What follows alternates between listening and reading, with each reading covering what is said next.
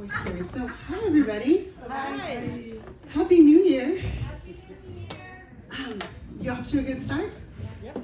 And we just finished 3 days of fasting, so I'm thinking about what I'm gonna eat over there tonight. But 3 days of just fasting and just seeking God, and it was kind of interesting. I went on a road trip with my husband to buy a truck. That's what we do for our real life. And I don't know if any of you are married, but 2 days in the car with your husband of 36 years, I'm like, I'm ready to get out here and see you and visit and have some tea and something sweet.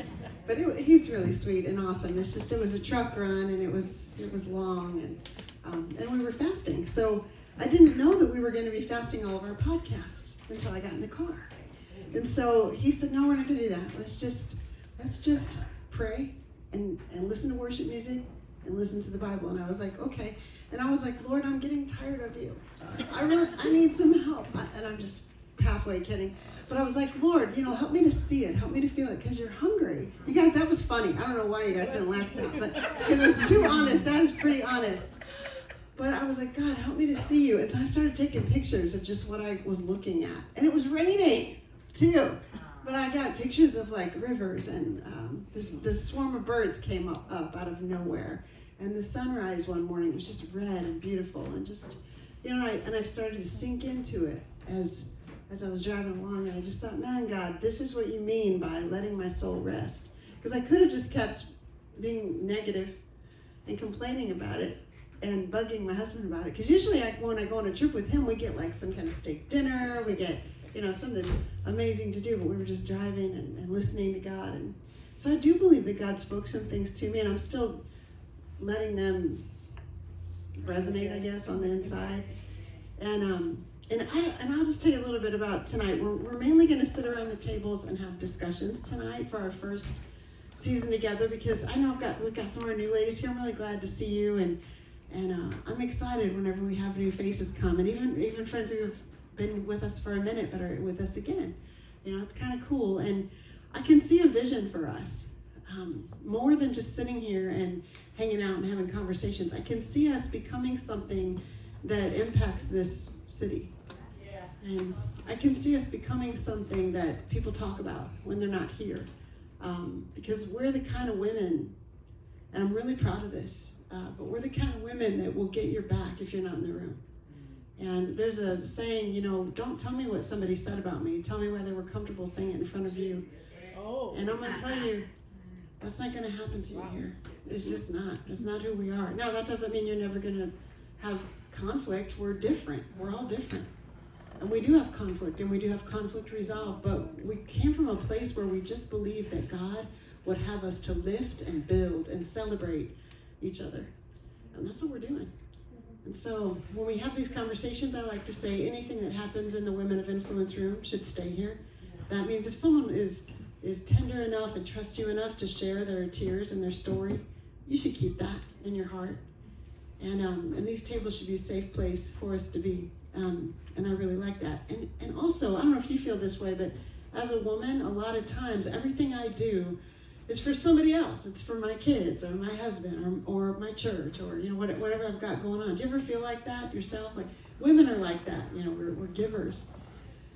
And so this particular study in this season of time, this is absolutely unequivocally about you. And you get to have a voice, and you get to feel, and you get to have your opinion. And it's not a big crybaby session either. That's not who we are either. We're women, and we have influence. So this book is about resting your soul. I didn't think it was weird at all. I thought it was really cool, but maybe I'm a little weird. I didn't mean weird back. I meant it wasn't weird as in thought-provoking. Look, you're just messing it up the more you say it. like unusual, no. different. Unusual and different. I'll take that. You know why? Because we rush all the time. And I was going to read something to you. And, also I think some of the stuff you're thinking of, too, is like we've been trained to think of our soul as our mind, will, and emotions. And in this book, he leads the soul with the soul being more of your forever alive spirit. And maybe that's, mincing over words, or maybe that's just really way against what you believe about your soul. I don't know. But for me, I believe that there's some things in us that if we don't calm them down, things are never going to change. And there's a huge difference between being busy and being hurried. And our souls at a lot of times are hurried. And so I was just going to read you the forward, what do they call it? The prologue, whatever it's called, the beginning part.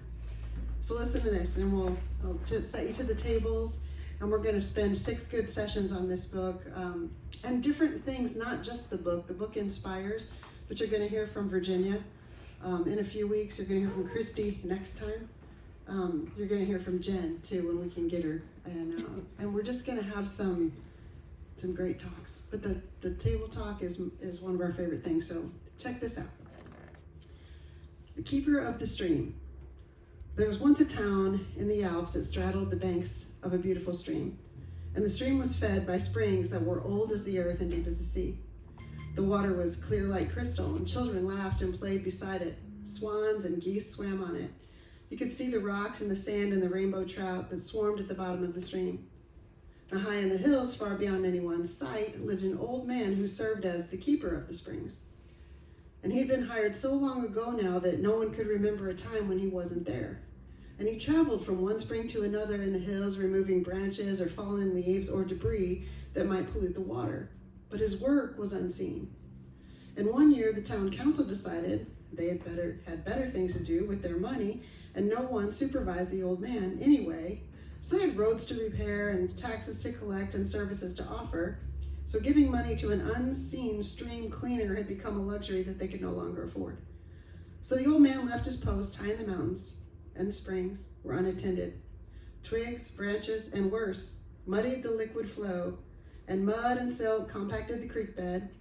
Farm waste turned part of the stream into stagnant bogs.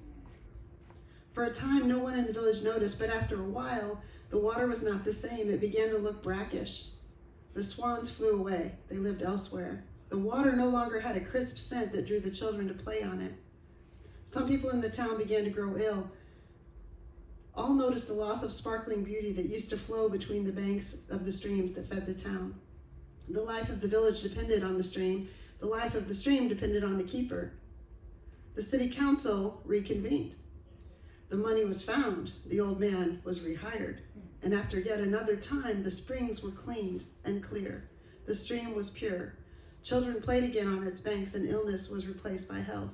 The swans came home, and the village came back to life. The life of a village depended on the health of the stream. The stream is your soul, and you are the keeper. One more quick one. Our soul is like a stream of water. It gives strength, direction, and harmony to every other area of life.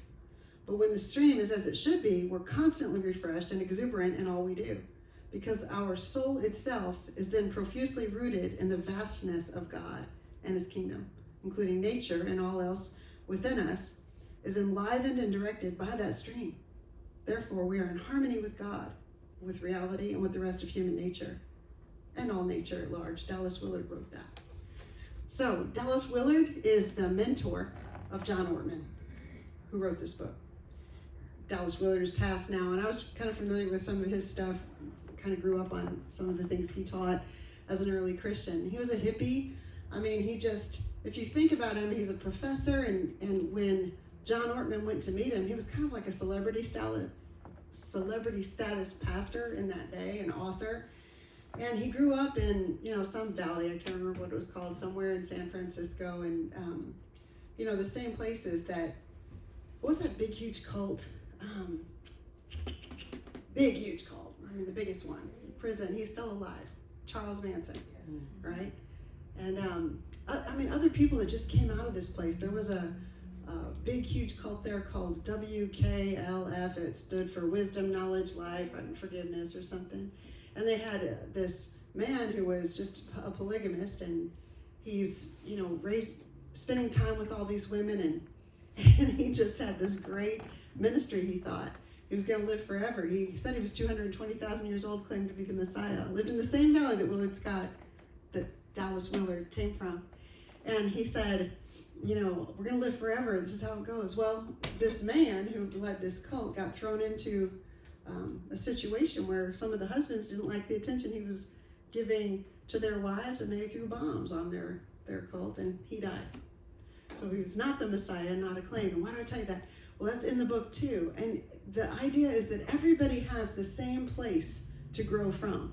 These two men come out of the same village in the same place, the same water, the same nature, the same surroundings, and one would serve God with all of his heart, and one would lead a cult and have some mysterious weird thing. What are we going to do with our influence? And how are we going to live? We're all from St. Louis. We're all natives. We're here, and God, I believe God sets us in a place on purpose. And so Dallas would be the kind of guy, if you're going to go meet him, you would think he's going to be a professor in some kind of coat with patches on the sleeve or something, and he's going to just regale you with all of his wisdom and all the things that he knows, but not really, not so. He's more, if you could have less possessions, I don't even know if that's possible.